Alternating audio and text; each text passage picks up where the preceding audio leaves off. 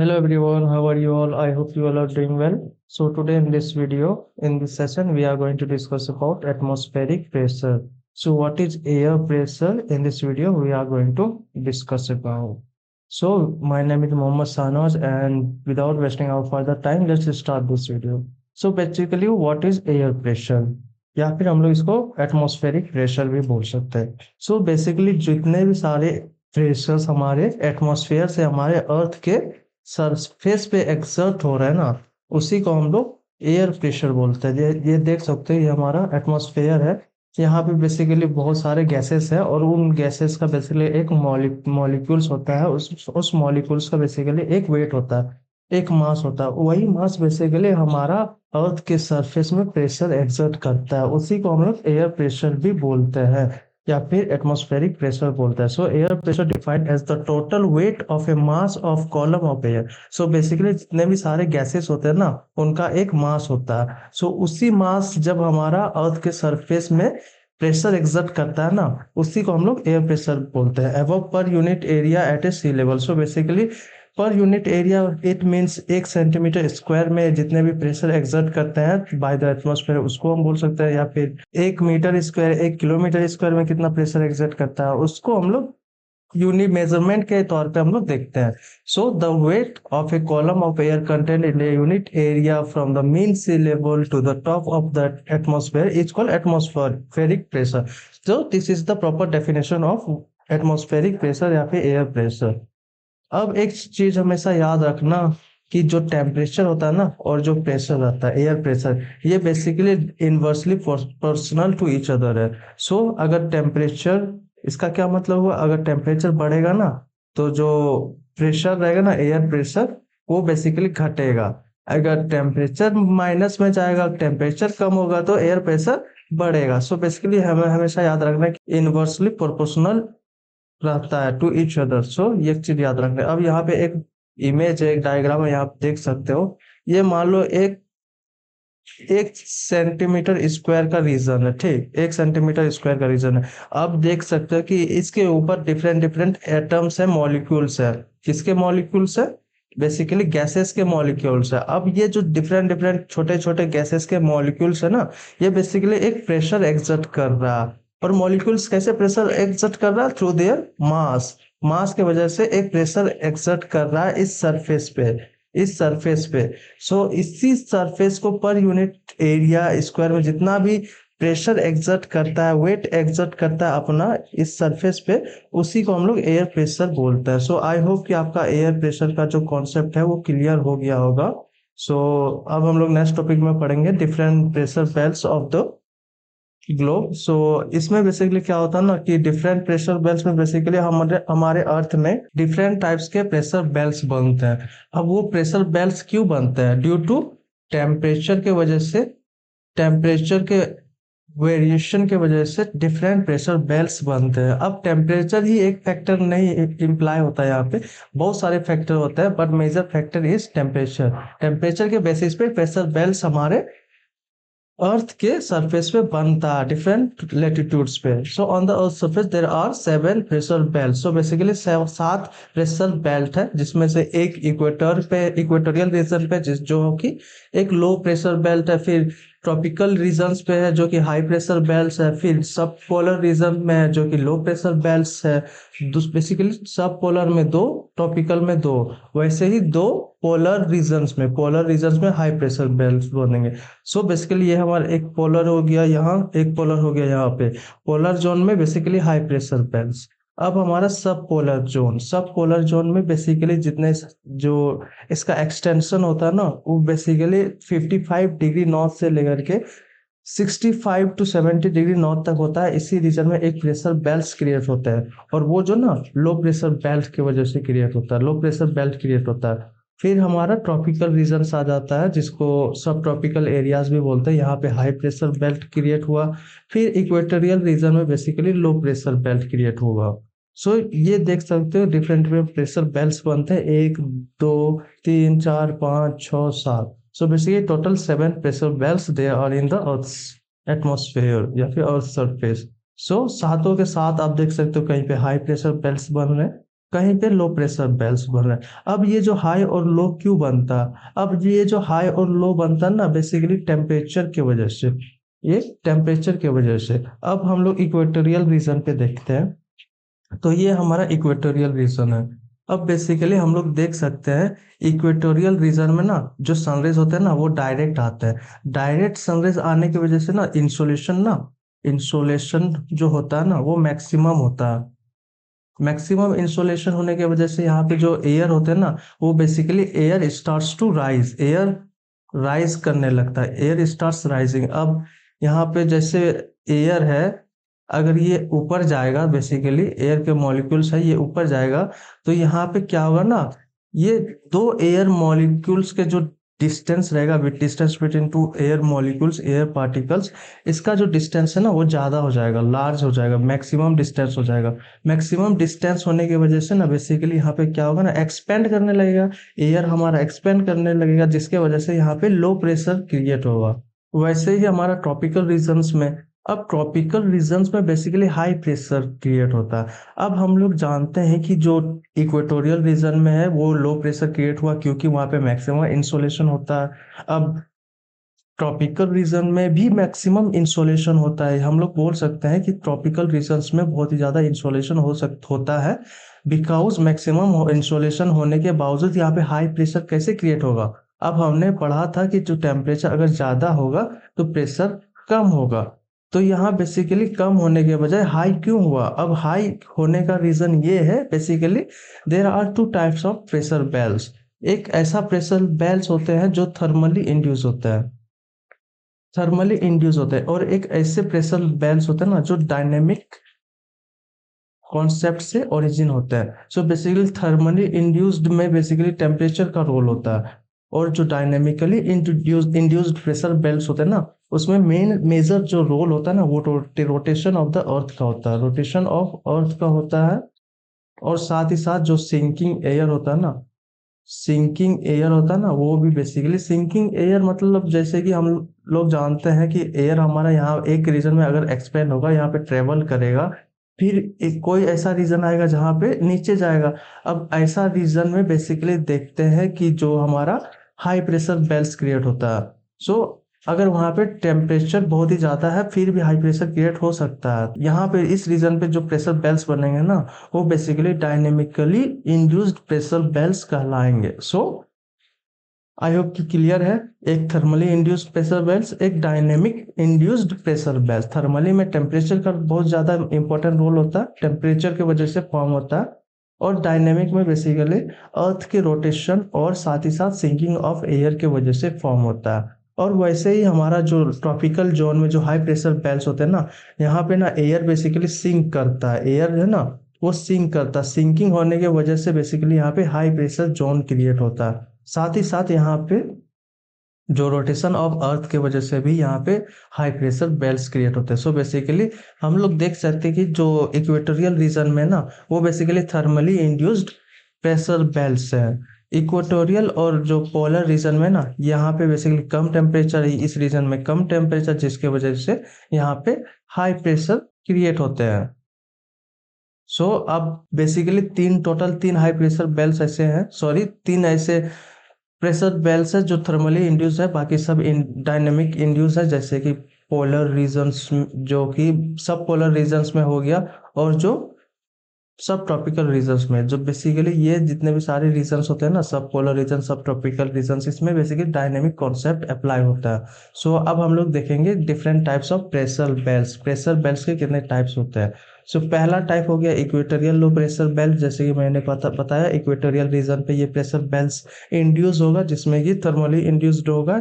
और ये बेसिकली यहाँ पे इसीलिए होता है क्योंकि यहाँ पे मैक्सिमम अमाउंट ऑफ इंसोलेशन होता है, जिसके वजह से इंटेंस हीट हो जाता है हमारा अर्थ सरफेस, जिसके वजह से, क्योंकि ऑलमोस्ट वर्टिकल रेज आते हैं, जिसके वजह से यहाँ पे टेम्परेचर लो हो जाता है, सॉरी हाई हो जाता है, जिसके वजह से लो एयर प्रेशर क्रिएट होता है, लो प्रेशर बेल्ट क्रिएट होता है। So this zone represent the zone of convergence of north east और साउथ ईस्ट। अब बेसिकली यहाँ पे एक चीज है, यहाँ पे basically north east trade winds और south east trade winds converge करते हैं। कन्वर्ज करने की वजह से ना इस रीजन को बेल्ट ऑफ काम रीजन या फिर डोल्ड्रम रीजन भी बोला जाता है। डोल्ड्रम या फिर बेल्ट ऑफ काम रीजन इसीलिए बोला जाता है ना क्योंकि यहाँ जो विंड मूवमेंट होता है ना, विंड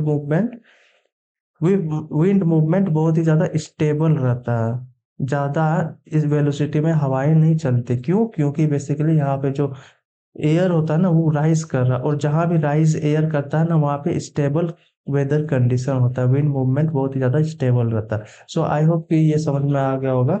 अब हम लोग सब ट्रॉपिकल हाई प्रेशर बेल्ट के बारे में पढ़ेंगे। सो ये बेसिकली एक्सटेंड्स करता है between the latitudes of 25 degree to 35 degree. अब बेसिकली ये नॉर्थ और साउथ दोनों तरफ क्रिएट होता है। बेसिकली नॉर्थ और साउथ दोनों तरफ क्रिएट होता है, और ये pressure belt basically dynamically induce होता है। सो ये हमारा सब ट्रॉपिकल देख सकते हो 23 डिग्री से लेकर के 35 डिग्री तक सब ट्रॉपिकल, ये हमारा सब ट्रॉपिकल प्रेशर बेल्ट हो जाएंगे। और ये बेसिकली हाई प्रेशर बेल्ट होते हैं।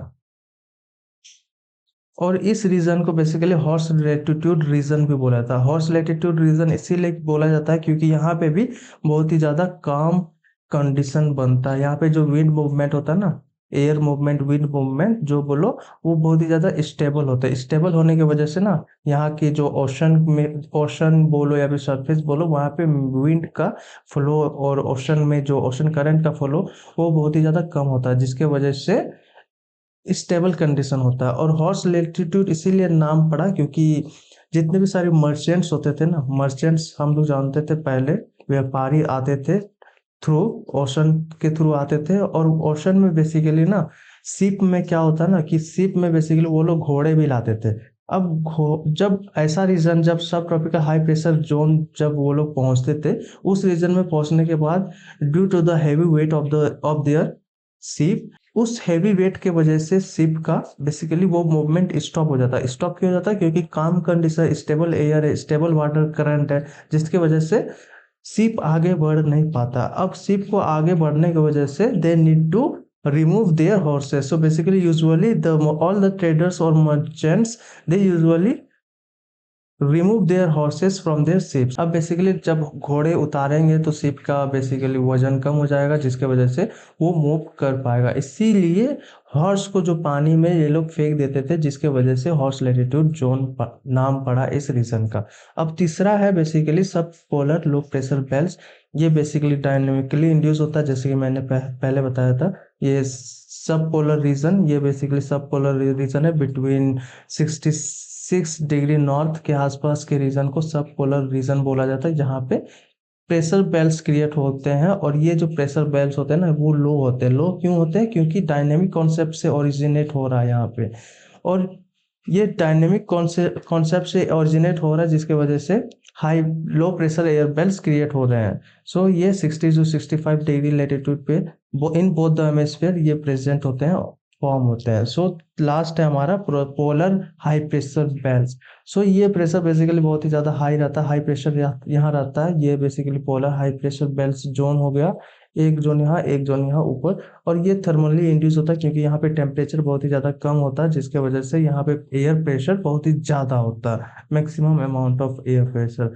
अब एक जोन ऐसा होता है इक्वेटोरियल रीजन में, बेसिकली एक जोन होता है inter tropical convergence of zone, ITCZ भी बोला जाता है। अब इस जोन में बेसिकली क्या होता है ना कि जितने भी सारे नॉर्थ ईस्ट ट्रेड विंड्स होते हैं, साउथ ईस्ट ट्रेड विंड्स होते हैं, ये बेसिकली कन्वर्ज करते हैं।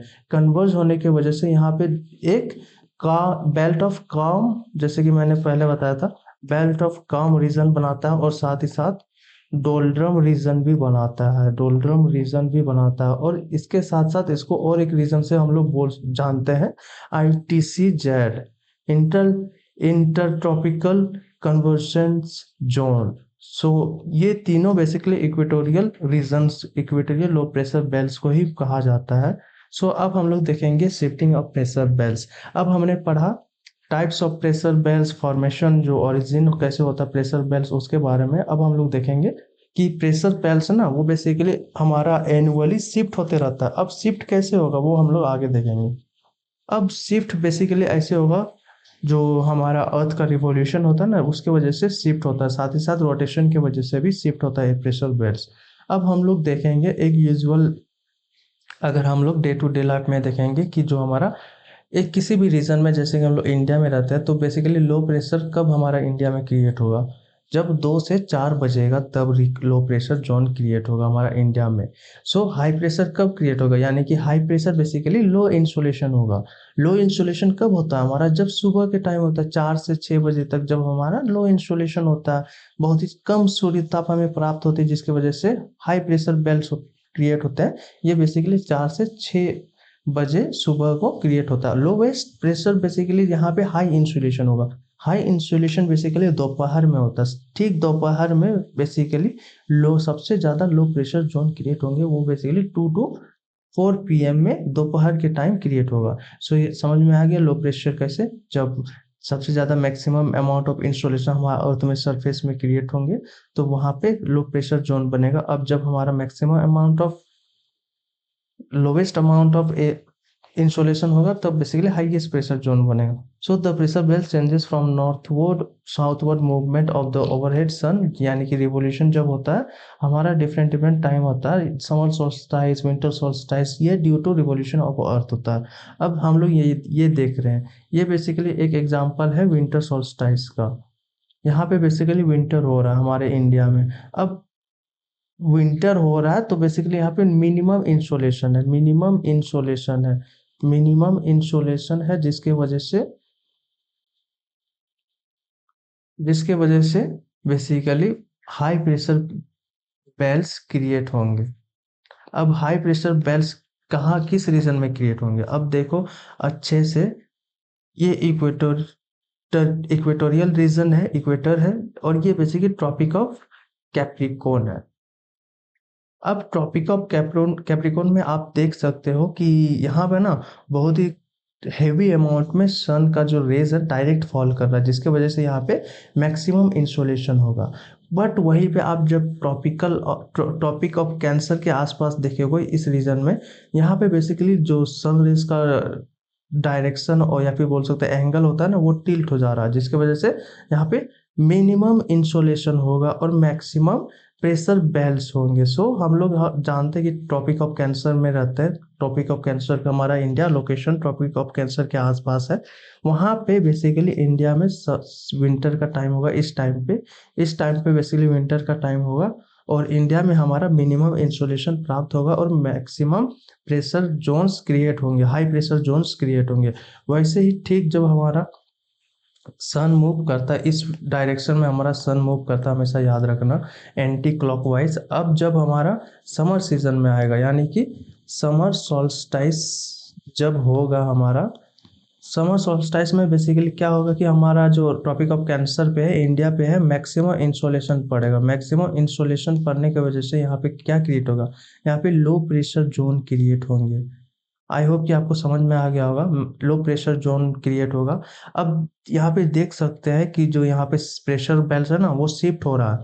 विंटर सीजन में basically high pressure belt create होंगे, और जो हमारा समर सीजन में ना वो basically low pressure belt create होंगे।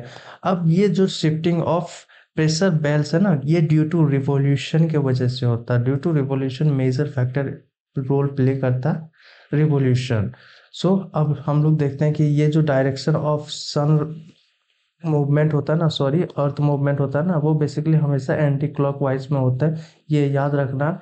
और एक चीज़ याद रखना कि जो हमारा विंटर सॉल्स्टाइस में बेसिकली सन का जो डिस्टेंस होता है ना, वो अप्रोक्स 147 मिलियन किलोमीटर तक होता है, और वहीं समर के टाइम पे बेसिकली 152 मिलियन किलोमीटर के आसपास इसका डिस्टेंस होता है। ये चीज़ याद रखना, एक फैक्चुअल बातें हैं। तो अब हम लोग नेक्स्ट पढ़ेंगे प्रेशर ग्रेडियंट के बारे में कि प्रेशर ग्रेडियंट होता है क्या। So basically when there is difference of pressure between any two places is called pressure gradient. So basically किसी भी रीजन में बेसिकली अगर डिफरेंट डिफरेंट प्रेशर बेल्ट है, जैसे कि ये हमारा एक रीजन है, मान लो कि यहाँ पे इस रीजन में बेसिकली 1087 प्रेशर बेल्ट है, एमबी में प्रेशर बेल्ट है, वहीं पे ये एक रीजन है। यहाँ पे बेसिकली यहाँ पे देख रहे हो डेंसिटी कम है एयर मॉलिक्यूल्स का, तो यहाँ पे प्रेशर कम होगा। तो मान लो यहाँ पे 1011 मिली बार्स का प्रेशर बेल्ट है। अब ये जो डिफरेंस क्रिएट हुआ ना, इसी डिफरेंस को हम लोग प्रेशर ग्रेडियंट बोलते हैं। So wind movement is caused by the pressure gradient, और इसी में बेसिकली विंड मूवमेंट इसीलिए काउज होता है। और हम लोग जानते हैं कि जो विंड मूवमेंट होता है ना, high pressure to always low pressure की तरफ जाता है, यानी कि विंड मूवमेंट इस तरीके से हमारा एयर फ्लो होगा, high pressure to low pressure. जैसे कि हम लोग ट्रेड विंड्स में देखते हैं ना, जो साउथ नॉर्थ ईस्ट रहता है यहाँ इक्वेटोरियल रीजन्स पे आता है, जहाँ पे बेसिकली लो प्रेशर होता है। ये साउथ ईस्ट ट्रेड विंड्स है, यहाँ पे भी इक्वेटोरियल रीजन्स पे आता है, और इक्वेटोरियल रीजन्स में बेसिकली लो प्रेशर रहता है, और जो ट्रॉपिकल रीजन्स में होते हैं ना, वो हाई प्रेशर रीजन्स होते हैं। जैसे कि हम लोग देख सकते हैं कि यहाँ पे हाई प्रेशर से हमारा बेसिकली विंड किस डायरेक्शन में मूव करता है, high pressure to low pressure. So यहाँ पे भी सेम कॉन्सेप्ट यूज होगा। So pressure gradient is responsible for wind movement which operates from a pressure high pressure area to low pressure area when the isobars are close enough the pressure gradient is large. अब basically जब भी isobars क्या होता है ना, एक इस type का गोल गोल बार होते हैं, लाइन होते हैं, और ये बेसिकली आइसोबार प्रेशर बेल्स को दिखाता है, एटमॉस्फेरिक प्रेशर को दिखाता है। जैसे कि हम लोग यहाँ देख सकते हो 1021 MB का प्रेशर बेल, यहाँ पे एटमॉस्फेरिक प्रेशर है, यहाँ पे 1011 का है। फिर अगला प्रेशर जो लाइन होगा वो बेसिकली 1031 MB का होगा। सेम ऐसे ही मिली बार्स का होगा, सेम ऐसे ही जो आइसोबार्स होते हैं वो होते हैं। सो जब हमारा आइसोबार क्लोज रहेगा ना, तो basically there is huge pressure gradient बनेगा, जिसके वजह से जो प्रेशर ग्रेडियंट है वो ना कमजोर हो जाएगा। सो इसको बेसिकली बैरोमेट्रिक स्लोप भी बोला जाता है, क्योंकि ये स्लोप की तरह दिखता है, यहाँ पे देख सकते हो स्लोप की तरह दिख रहा है, इसीलिए बैरोमेट्रिक स्लोप भी बोला जाता है। The wind blowing parallel to the isobar generally at the height of 600 metre is called geostrophic wind. So basically जितना जो विंड ब्लो होता है ना at the height of above the height of 600 metre, और उस विंड को basically geostrophic wind भी बोला जाता है। सो यहाँ पे आप देख सकते हो लाइन जॉइनिंग, एक लाइन ये देख सकते हो यहाँ पे लाइन है। अब ये बेसिकली 116 MB का प्रेशर, यहाँ पे एटमॉस्फेरिक प्रेशर प्रेजेंट है। यहाँ पे देख सकते हो ये लाइन यहाँ पे 114 का, फिर हम लोग देखेंगे 116, फिर हमारा जो लाइन होगा ना 118 का होगा। ये जो लाइन है ये बेसिकली 118 का लाइन है। ऐसे ही आइसोबार्स होता है। So this is an example of isobars. अब हम लोग विंड डायरेक्शन के बारे में पढ़ेंगे। सो अब हम लोग जानते हैं कि हमारे एटमॉस्फेयर में जब भी विंड मूव होती है ना, वो always high pressure to low pressure होती है। सो ये बेसिकली प्रेशर ग्रेडियंट की वजह से होता है, और रोटेशन ऑफ द अर्थ की वजह से होता है। So the force which deflects the, अब बेसिकली विंड मूवमेंट जो मूव कर रही है ना, आप मान लो यहाँ पे एक रीजन है, ग्लोब है, अब इक्वेटोरियल रीजन है, ये बेसिकली ट्रॉपिकल रीजन है। अब ट्रॉपिकल रीजन में हम लोग देखते हैं कि ना जो विंड मूव होती है ना, वो बेसिकली इस डायरेक्शन में होती है, नॉर्थ ईस्ट डायरेक्शन में होती है, यानी कि नॉर्थ ईस्ट से ओरिजिनेट होती है और ये साउथ वेस्ट तक जाती है। वैसे ही सेम यहाँ पे ट्रॉपिक ऑफ कैप्रिकॉन रीजन में भी होता है, ट्रॉपिक ऑफ कैप्रिकॉन। अब ट्रॉपिक ऑफ कैप्रिकॉन में भी बेसिकली जो विंड मूव होती है ना, साउथ ईस्ट से लेकर के नॉर्थ वेस्ट तक फ्लो होती है। सो अब हम लोग यहाँ पे देखते हैं कि ना जो विंड का ना डायरेक्शन है वो बेसिकली डिफ्लेक्ट हो जा रहा है, ऐसे डायरेक्शन में हो जा रहा है। अब ऐसे क्यों डायरेक्शन में हो जा रहा, ड्यू टू कोरियोलिस फोर्स, इसी को डिफ्लेक्शन फोर्स या फिर डिफ्लेक्टिव फोर्स भी बोला जाता है। और ये बेसिकली जीजी कोरियोलिस एक साइंटिस्ट क्लाइमेटोलॉजिस्ट थे, उन्होंने दिया था। So basically due to this Coriolis force all the winds that is deflected to the right in the northern hemisphere. अब जितने भी विंड ब्लो होंगे ना नॉर्दर्न हेमिस्फीयर में, हमेशा याद रखना नॉर्दर्न हेमिस्फीयर में ना राइट की तरफ डिफ्लेक्ट होंगे। ये देख सकते हो राइट की तरफ डिफ्लेक्ट हो रहे हैं। और जो हमारा साउथर्न हेमिस्फीयर है, सॉरी यहाँ पे साउथर्न होगा, साउथर्न हेमिस्फीयर में बेसिकली हमेशा लेफ्ट की तरफ डिफ्लेक्ट होगा। अब यहाँ पे देख सकते हो यहाँ पे लेफ्ट की तरफ डिफ्लेक्ट होगा।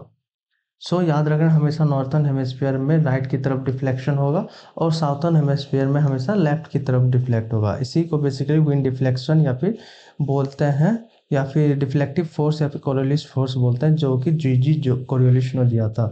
सो आई होप कि ये जो एटमॉस्फेरिक का कॉन्सेप्ट है वो बेसिकली आपका क्लियर हो गया होगा। अगर आपका कॉन्सेप्ट क्लियर हो गया तो वीडियो को लाइक कीजिएगा और चैनल को सब्सक्राइब कीजिएगा।